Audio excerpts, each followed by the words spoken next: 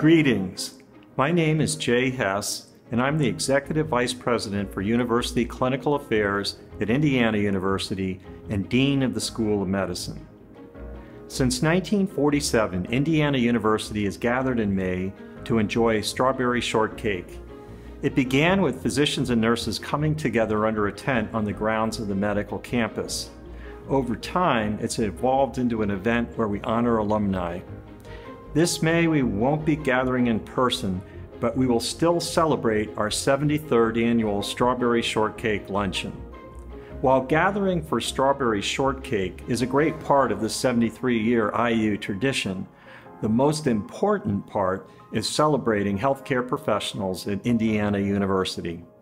This year, we're asking IU supporters everywhere to take part in the Strawberry Shortcake Luncheon, which will be on May 30th. Click the link below to learn how to participate and help us celebrate our healthcare providers. Thank you for your continued support of Indiana University.